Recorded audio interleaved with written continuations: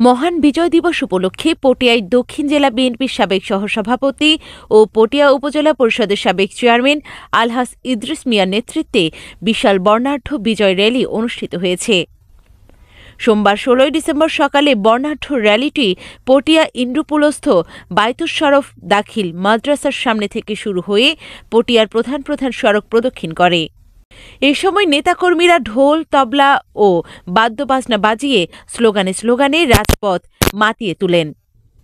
Rally শেষে নেতাকর্মী উপজেলা পরিষদের সম্মুখে স্মৃতিসৌধে পুষ্পস্তবক দিয়ে শ্রদ্ধা জানান এবং বায়তুস শরফ মাদ্রাসায় শহীদ রাষ্ট্রপতি জিয়াউর রহমান এবং মহান মুক্তিযুদ্ধে নিহত বীর শহীদদের জন্য দোয়া মাহফিল ও তাবারুক বিতরণ করা হয়।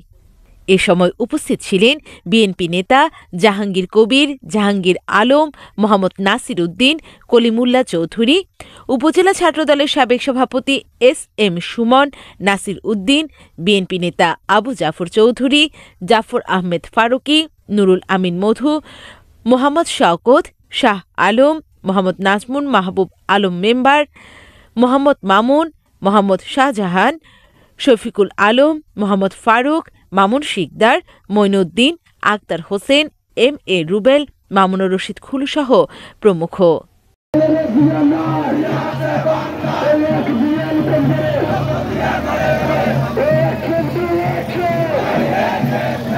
সেলিম চৌধুরী, পটিয়া প্রতিনিধি, পটিয়া, চট্টগ্রাম।